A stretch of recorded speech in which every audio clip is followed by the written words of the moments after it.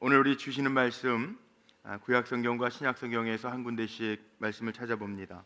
민수기서 구약성경 민수기서 12장 1절로 3절 말씀, 구약성경 215쪽에 있습니다. 먼저 말씀 찾아보도록 하겠습니다.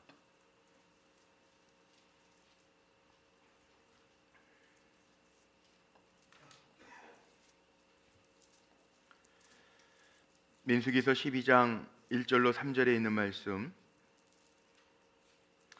우리 말씀 합독해서 한 목소리로 맞추어서 같이 읽겠습니다. 모세가 굿스 여자를 취하였더니 그 굿스 여자를 취하였으므로 미리암과 아론이 모세를 비방하니라. 그들이 이르되 여호와께서 모세와만 말씀하셨느냐 우리와도 말씀하지 아니하셨느냐 하매 여호와께서 이 말을 들으셨더라. 이 사람 모세는 온유함이 지면의 모든 사람보다 더하더라. 아멘. 신약성경 마가복음 10장 42절로 45절에 있는 말씀도 우리 찾아서 보시겠습니다. 신약성경 72쪽에 있습니다.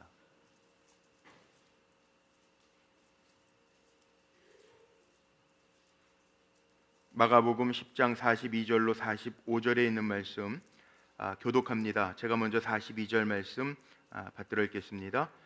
예수께서 불러다가 이르시되 이방인의 집권자들이 그들을 임의로 주관하고 그 고관들이 그들에게 권세를 부리는 줄을 너희가 알거니와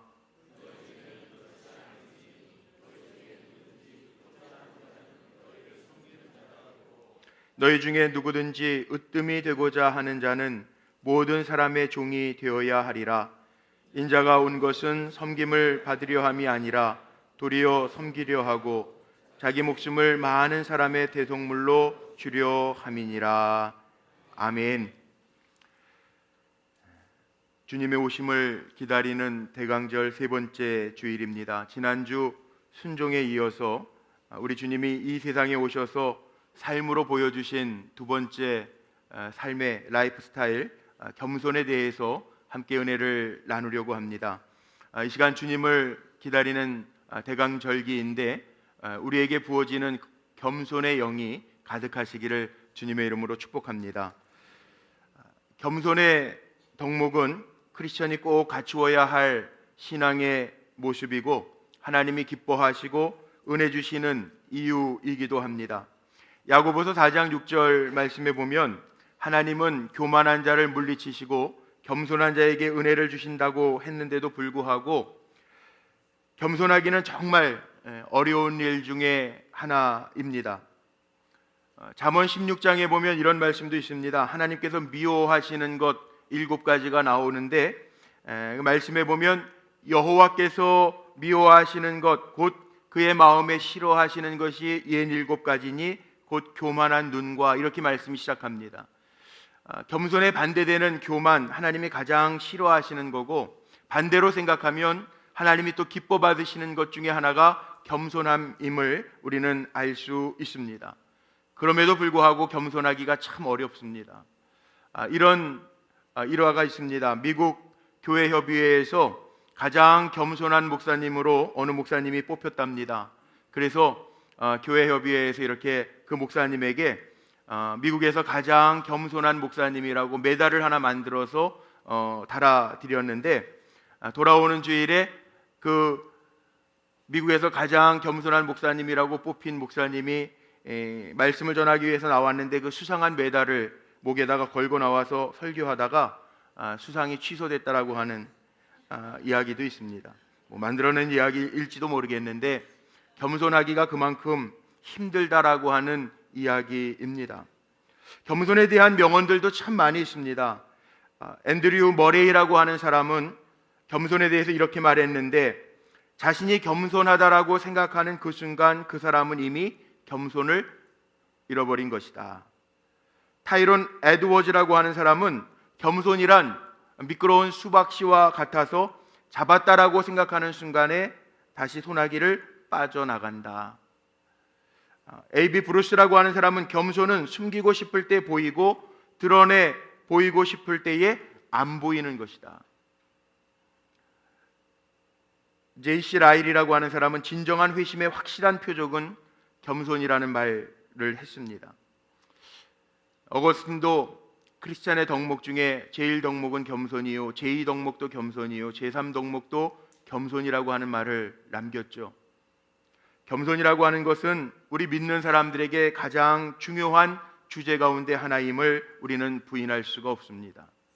그래서 저는 오늘 주님을 기다리는 대강절기에 특별히 구약 성경에서 가장 큰 인물이었던 모세, 예수 그리스도를 예표한다라고 하는 인물 모세와 주님의 모습을 통해서 오늘날 우리에게 필요한 겸손의 영성이라고 하는 게 무엇인가를 나누어 여러분들과 함께 생각해 보려고 합니다. 구약 시대에 있어서 모세의 권위는 거의 절대적이었습니다. 모세만큼 하나님의 능력과 권세를 가진 사람이 없었습니다. 지금도 이스라엘 백성들은 모세라고 하는 사람, 말할 때 물론 모세의 오경도 있지만 유대교 회당 이런 데에서는 모세의 권위, 토라, 모세 오경의 권위는 대단합니다. 모세는 이스라엘 백성을 애굽에서 탈출시킬 때 하나님의 능력을 가지고 엄청난 기적을 체험했던 사람입니다. 하나님이 그의 손에 지팡이를 들려주셨는데 수시로 그 지팡이가 능력을 발하는 도구가 되었고, 그래서 나일강을 그 지팡이로 내려치면 나일강이 피로 물드는 피재앙도 나타나고, 또 하나님이 모세를 권위를 주시기 위해서 이스라엘 백성과 함께 광야를 지날 때 낮에는 구름기둥, 밤에는 불기둥을 통해서 모세와 백성들을 인도해 내셨습니다. 심지어는 시내산에서 하나님의 얼굴을도 모세는 보았습니다. 하나님의 음성을 수시로 들었고 하나님이 친히 쓰신 십계명 돌판도 받았습니다. 하나님 나라를 건설하기 위해서 정말 하나님이 귀하게 세우신 사람이 모세였고, 모세는 탁월한 하나님의 종이었음을 우리는 잘 알 수 있고, 또 말씀을 읽으면서 모세가 얼마나 위대한 사람인지 모르는 사람은 없을 것입니다. 그런데 성경은 모세에 대해서 오늘 이렇게 말씀합니다. 이 사람 모세는 온유함이 지면의 모든 사람보다 더하더라. 세번역 성경에는 이렇게 표현이 되어 있습니다. 모세로 말하자면 땅 위에 사는 모든 사람 가운데 가장 겸손한 사람이다. 세번역 성경에 이렇게 표현되어져 있습니다. 모세의 가장 탁월한 것은 물론 하나님의 능력, 지도력을 가진 사람이기도 했지만 하나님이 귀하게 보신 것이 있습니다. 세상의 많은 사람들보다 가장 겸손한 사람이었다라는 사실입니다. 모세가 어떻게 이렇게 겸손한 사람이 될 수 있었을까? 성경을 보면 출애굽기 10장 3절에는 이렇게 표현되어져 있습니다. 이스라엘 백성이 출애굽하기 위하여 나올 때 하나님은 모세에게 이렇게 명하시죠. 출애굽기 10장 3절 말씀에 보면 모세와 아론이 바로에게 들어가서 그에게 이르되 히브리 사람의 하나님 여호와께서 말씀하시기를 내가 어느 때까지 내 앞에 겸비하지 아니하겠느냐? 내 백성을 보내라. 그들이 나를 섬길 것이라. 바로왕이 하나님이 내리시는 10가지 재앙을 보고도 그 마음의 완악함을 풀지 않았습니다. 그 마음의 완악함을 하나님의 뜻을 계속 거역하는 바로에게 하나님이 모세를 보내셔서 그렇게 말씀하십니다. 내가 어느 때까지 내 앞에서 겸비하지 아니하겠느냐? 모세가 이 말을 바로왕에게 증거하면서 왕이라도 하나님 앞에 겸손하고 겸비해야 되는데 하나님의 종으로 부름받은 자기는 어떻게 살아야 될까 생각하지 않은 사람은 절대 아니라고 저는 생각해요. 그래서 모세는 그렇게 바로 왕 앞에서도 하나님 앞에서는 왕이라도 겸손해야 되는데 나는 하나님 앞에 부름받고 세움받은 종인데 겸손하지 않을 수가 있겠는가라는 생각을 늘 했겠죠. 그래서 그 이후부터는 모세가 광야에서 이스라엘 백성을 이끌면서 정말 하나님 앞에 때마다 시마다 엎드리는 모습을 보게 됩니다. 수없이 많은 불평과 원망이 모세에게 들려졌죠. 광야를 지나는 동안에 이 문제 저 문제 만날 때마다 이스라엘 백성들은 모세에게 원망을 보냅니다. 출애굽한 이스라엘 백성들은 노예 생활을 했었기 때문에 노예라고 하는 거 한번 생각해 보십시오. 천박하기도 하지만 또 먹을 것이 보일 때 먹지 아니하면 힘이 없어서 일도 못해서 성격적으로도 급해졌겠지만, 종이라고 하는 것은 어떻게 보면 인격적인 성숙함을 가질 수 없는 상황들이었을 것입니다. 문제가 있으면 원망하고 불평합니다. 심지어는 민수기 14장 4절로 5절 말씀에 보면 이스라엘 백성들이 먹을 게 없고 불편해졌을 때 차라리 애굽으로 돌아가자 모세와 아론 앞에서 불평할 때 모세는 이스라엘 회중 앞과 하나님 앞에서 엎드리는 모습이 나옵니다. 문제가 있을 때 모세는 하나님 앞에 납작 엎드렸다라고 하는 사실입니다. 여기에서 중요한 것을 하나 발견할 수 있는데, 겸손이라고 하는 것, 모세가 우리에게 보여준 겸손이라고 하는 것은 하나님 앞에 엎드리는 겁니다. 문제가 있을 때, 사람들의 원망과 불평이 있을 때, 사람들이 나에게 화살을 돌릴 때 하나님 앞에 납작 엎드리는 것이 겸손의 영성이라는 사실입니다. 이스라엘 백성이 얼마나 급한 백성인지 문제만 있으면 돌이키려고 합니다. 생물 중에 가장 지능이 낮은 생물이 물고기라고 그래요. 물고기는 2초만 되면 잊어버리기 때문에 낚싯바늘을 물었다가 놓아줘도 다시 잊어버리고 낚싯바를 물기도 하고요. 큰 물고기가 쫓아오면 잡아먹히지 아니하려고 도망가다가 내가 왜 도망가는지를 잊어버려서 다시 돌아가다가 물고기에게 먹히는 게 이 물고기의 지능이라고 이야기를 합니다. 이스라엘 백성들은 출애굽했는데 하나님 앞에 탄식하고 소리질러 고역에 힘이 들어서 정말 탄식하고 기도해서 하나님이 출애굽시켜 주셨는데, 그런데 잊어버립니다. 조금만 불평거리가 생기고 원망거리가 생기면 마음속에 불평하고 원망하고 예전을 그리워하는 모습을 보입니다. 그런데 이 원망과 불평 속에서 모세는 하나님 앞에 엎드립니다. 엎드리는 모세에게 하나님은 그때그때의 은혜를 허락해 주셨습니다. 겸손은 하나님의 은혜를 덧입는 지름길이라고 하는 사실을 우리는 기억해야 합니다. 기도라고 하는 것도 저는 그렇게 정의를 내립니다. 나는 못하지만 하나님 하실 수 있습니다. 겸손하게 내가 못함을 하나님 앞에 고백하는 것이 기도의 정의라고 저는 고백하고 간증합니다. 민수기 16장 3절로 4절 말씀에도 보면 이스라엘 백성이 심지어는 모세와 아론에게 반기를 드는데, 그 반기를 드는 순간에도 모세는 듣고 있다가 하나님 앞에 엎드리는 장면이 소개되고 있습니다.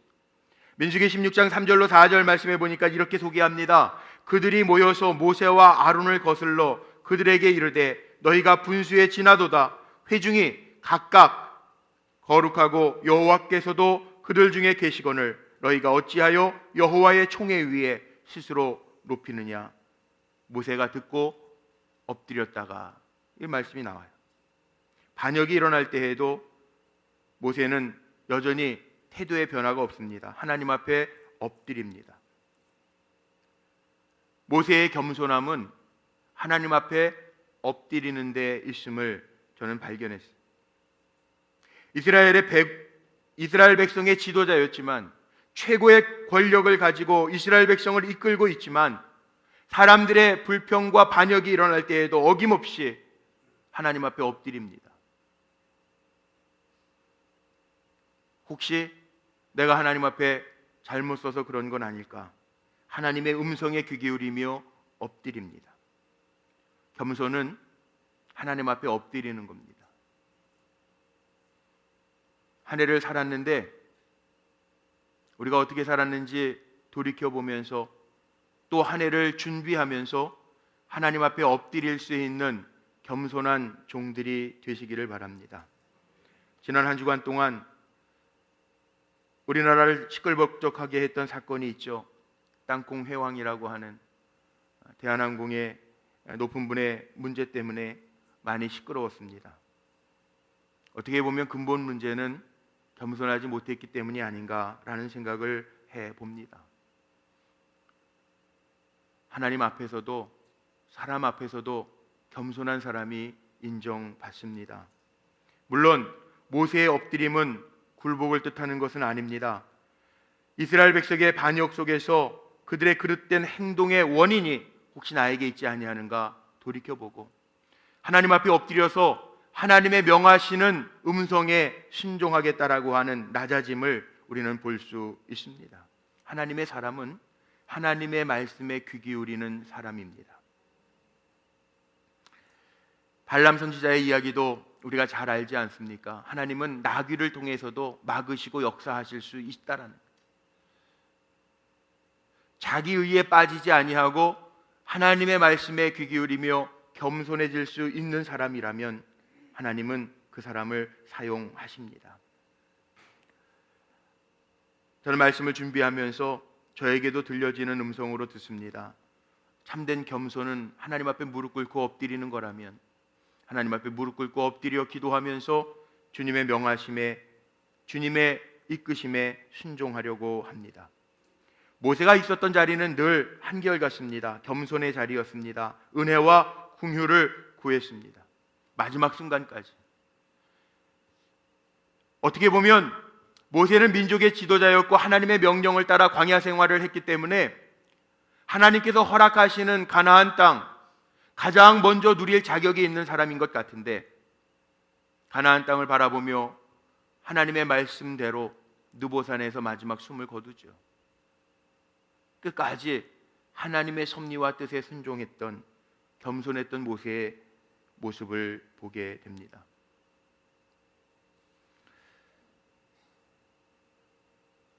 제가 캐나다에서 마지막 한국으로 들어올 때 이임 설교를 했는데, 이임 설교를 할 때 부임하는 목사님이 외국이라 캐나다라 먼저 들어오셨어요. 저랑 저희 집에서 하룻밤을 같이 자고 그 다음에 주일날 같이 가서 예배를, 마지막 예배를 드리는데, 그래도 이임하는 주일이라고 저에게 이임 설교하고 부임하시는 목사님 부임 설교, 이렇게 설교를 한 예배에 동시에 드렸어요. 근데 이임 설교를 뭐를 준비해야 되나 기도하면서 준비하다가 제 머릿속에 들었던 이야기가 생각나서 그 말씀으로, 누가복음 17장에 있는 말씀으로 이임 설교를 아주 짧게 했던 적이 있습니다. 근데 제가 하게 된 동기가 있습니다. 청량리 중앙교회, 지금 돌아가셨지만 고 임택진 목사님 이임하실 때 그 목사님은 이임 설교를 1분도 채 걸리지 않게 하셨대요. 누가복음 17장 9절과 10절의 말씀, 명한 대로 하였다고 종에게 살해하겠느냐, 이와 같이 너희도 명령받은 것을 다 행한 후에 이르기를 우리는 무익한 종이라, 우리의 하여야 할 일을 한 것뿐이라 할지라. 그 말씀을 암송하시고 나서 무익한 종은 물러갑니다. 그동안 사랑에 감사했습니다. 그리고 조용히 내려가셨다라고 하는 일화가 있습니다. 그 교회에서 존경받는 목사님을 잘 섬겼던 김익명 장로님이라는 분도 은퇴하실 때, 청량리 중앙교회 얘기입니다. 이름도요, 장로님 성함도 김익명이에요. 익명. 그런데 그 장로님 얼마나 대단하신 분이냐면, 그 청량리 중학교, 지금도 큰 교회지만 거기에 재정의 3분의 1을 담당하시던 장로님이신데, 그 정도면 오늘도 우리 교인 총회 당회하겠지만 그 정도면 굉장히 세상 말로 말빨이 셀 것 같지 않습니까? 그런데 그럼에도 불구하고 전혀 말씀을 안 하시는 장로님으로 유명한 장로님. 이 장로님도 은퇴할 때 이렇게 답사를 했대요. 주님 죄송합니다. 있으나 마나한 장로였습니다. 그런데 이렇게 답사하실 때 그 교회 교우들이 전혀 고개를 들 수 없었대요. 그 목사님의 그 장로님 아닐까요? 이렇게 겸손하게 섬기는 종들이 있을 때 교회가 부흥했다라고 하는 그 일화를 제가 책을 통해서 본 적이 있어요. 그렇습니다. 겸손함이라는 게 이런 겁니다. 하나님 앞에 나는 아무것도 아닙니다. 하나님이 은혜 주셔서 감당했고 힘 주셔서 감당하고 있습니다. 하나님의 음성을 들으면서 감당하겠습니다. 이게 겸손입니다. 오늘 우리에게도 모세와 같은 겸손, 하나님의 음성에 귀 기울이고 하나님 앞에 엎드리는 겸손이 필요한 때라고 믿습니다. 하나님께서 찾으시는 사람, 하나님께서 쓰시는 사람, 하나님의 은혜가 있는 사람은 겸손한 사람입니다. 겸손에 대한 말씀은 성경에 참 많이 나옵니다. 특별히 인간과의 관계의 지혜서라고 이야기하는 잠언에 보면 교만을, 겸손을 단순히 인간의 성격이나 기질로 이야기하지 않습니다. 겸손은 영적인 기질이고 영적인 성품이고 영적인 지혜라고 말합니다. 잠언에 수없이 겸손에 대한 이야기가 나오는데 잠언 3장 34절 말씀에 보면 그는 거만한 자를 비웃으시며 겸손한 자에게 은혜를 베푸시나니 교만이 오면 욕도 오거니와 겸손한 자에게는 지혜가 있느니라. 잠언 22장 4절 말씀 우리가 잘 아는 말씀입니다. 겸손과 여호와를 경외함의 보상은 재물과 영광과 생명이니라. 잠언 29장 23절에 이런 말씀도 있습니다. 사람이 교만하면 낮아지게 되겠고 마음이 겸손하면 영예를 얻으리라. 오늘도 예배하는 이 시간 하나님 앞에 겸손하게 하나님 왕이신 주님을 찬양합니다. 그리고 예배할 때 하나님 우리의 예배를 받으실 것이고 만왕의 왕이 되시는 하나님께서 우리의 삶을 이끌어 주실 줄로 믿습니다. 날마다 겸손하게 주님 앞에 엎드리고 주님의 은혜를 구할 수 있는 저와 우리 성도님들이 되시기를 주님의 이름으로 축복합니다. 이제 신약에 나와 있는 주님의 모습을 한번 보죠. 주님은 모세는 겸손히 엎드림, 하나님 앞에 엎드림이라고 한다면 주님은 우리에게 겸손을 이렇게 가르쳐 주셨는데 이제 2주가 지나면 성탄절입니다. 주님은 이 땅에 화려하게 오시지 아니하고 냄새나는 말구유로 오셨고 말구유 위에 오셨고 또 목수 아버지를 섬기며 성장했고 공생의 내내 이웃을 사랑하며 섬기는 삶을 사셨고 마지막 십자가를 지실 때에도 예루살렘에 입성하실 때 나귀를 타고 겸손의 모습으로 예루살렘에 입성하셨습니다. 그리고 죽기까지 십자가에서 하나님의 말씀에 복종하시고 우리를 사랑해 주셨다라는 거죠.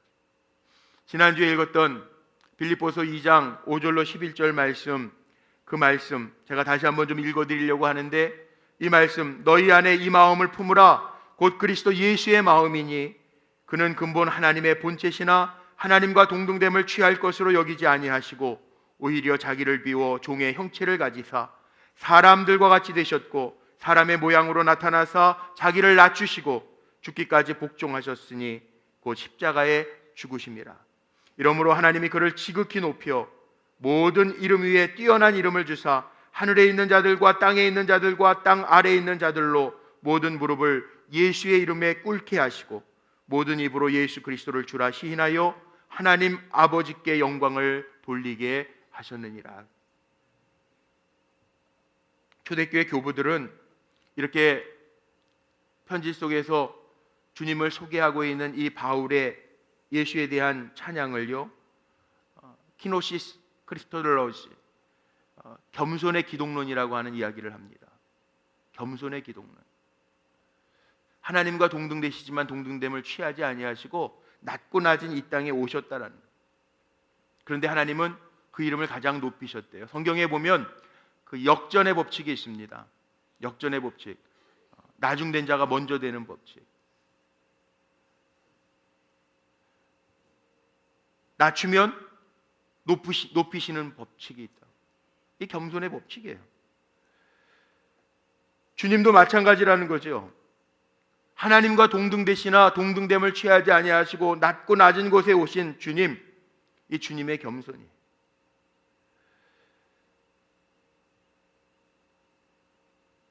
우리가 기억해야 할 것이 있는데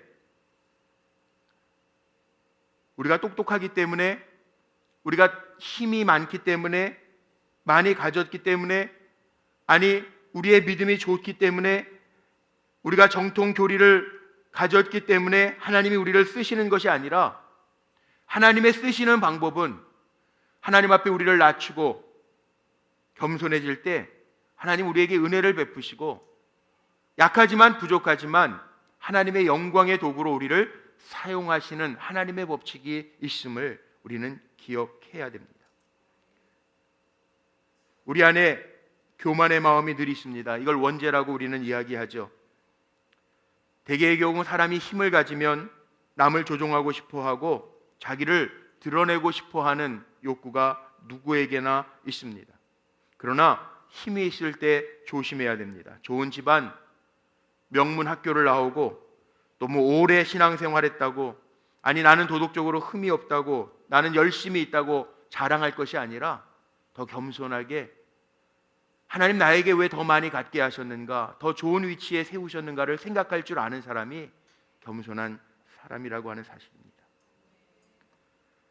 사도 바울은 고린도전서 4장 7절에서 자랑을 일삼는 고린도 교회 성도들을 향해서 이렇게 경고합니다. 누가 너를 남달리 구별하였느냐? 내게 있는 것 중에 받지 아니한 것이 무엇이냐? 내가 받았은즉 어찌하여 받지 아니한 것 같이 자랑하느냐? 하나님이 주신 것이 내가 잘나서 내가 잘해서 얻어진 것이 아니라고 하는 말씀을 던지고 있어요. 자랑하는 것이 아니라 바리새인처럼 회칠한 무덤이 아니라 비교해서 우쭐해지는 심정이 아니라 하나님 나에게 왜 더 주셨는가를 생각하면서 주신 것을 헤아리면서 섬길 수 있을 때 하나님은 우리를 기뻐 받으실 줄로 믿습니다. 비교하지 마세요. 오늘 당회인데 남하고 비교하면서 신앙생활하지 말고 내가 저 사람보다 더 신앙생활 오래 했는데 비교하지 마세요. 하나님 별로 안 기뻐하세요. 저 사람은 기도도 나보다 덜 하는데 나는 커피 마실 때도 기도하는데 저 사람 밥 먹을 때도 기도 안 해. 비교하지 마세요.